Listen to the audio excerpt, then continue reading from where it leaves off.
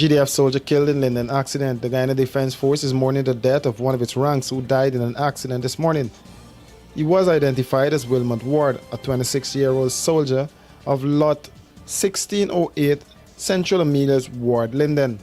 The police are reporting that their inquiries disclosed that Ward, who was a driver of motor car PLL 6077, was proceeding north along the western side of the Aroni Public Road at a fast rate of speed when he lost control of the motor car. As a result, the motor car ended up on the western parapet where the driver fell onto the driveway of Scotty Creek, which caused him to receive injuries to his body. The driver was picked up by public-spirited citizens in a semi-conscious condition and was escorted to the Diamond Hospital, where he later succumbed to his injuries while receiving treatment. The body was later transported to the Memorial Gardens mortuary awaiting post-mortem examination.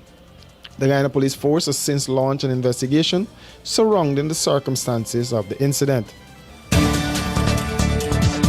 The Ministry of Education and the Guyana Teachers Union are at odds, and it has to do with the vaccination of teachers. The ministry, in a release to the media, said thousands of our teachers have been vaccinated against COVID-19 thus far.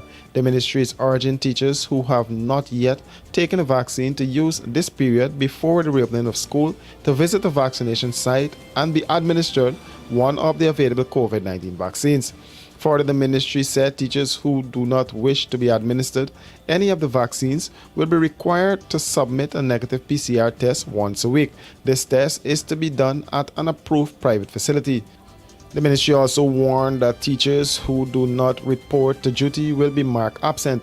These measures also apply to ancillary staff of each school, cleaners, administrative, and other support staff. These measures will be captured in the next gazetted order for the new month, the ministry said.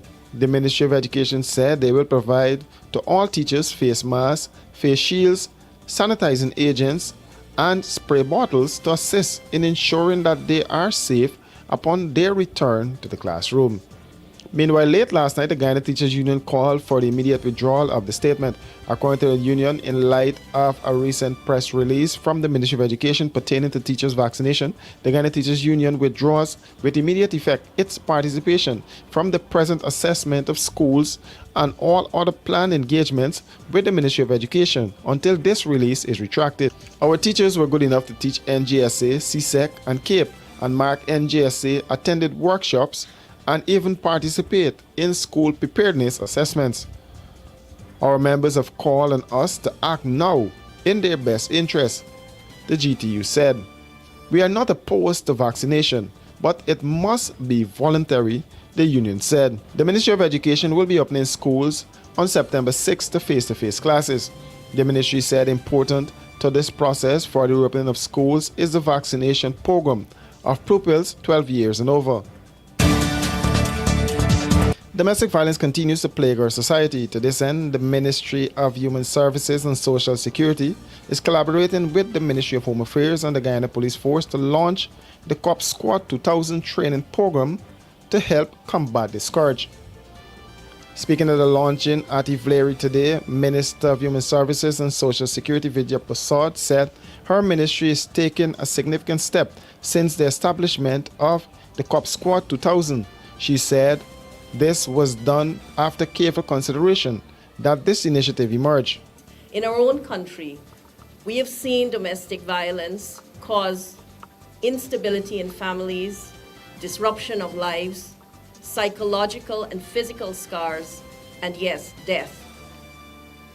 Domestic violence continues to pose a challenge, and perhaps will continue to pose that challenge unless we examine every step that is required to eradicate domestic violence. The minister noted that while education and public awareness are important, it is also critical that we look at the referral paths that must respond to the instances of domestic violence.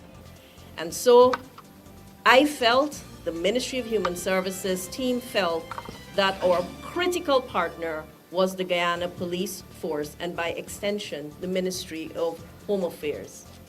Why is that so? Because usually the first point of reporting is to the police station. And that means that every report, every case must be taken seriously, and there must be conscious effort to ensure that no case, because a case can be a number, but a case represents a person and an entire life and families attached to that life. Every case must be treated with the level of seriousness that it requires. Minister of Home Affairs Robeson Ben said men have to become better and take their responsibilities more seriously. We got to move away from the position where we just share licks when we don't know how to handle that situation. So I just wanted to plainly say those things. But again, in terms of the training, in terms of our approach now, the reason we're having it, given the statistics, relates to a failure in policing, failings in the society, and the fundamental failures of men, of our men folk. And of course, being a man, I have to accept all of the criticisms in relation to the matter. The program is focused on training 2,000 junior and senior officers of the Guyana Police Force through intense online and in-person training on domestic violence.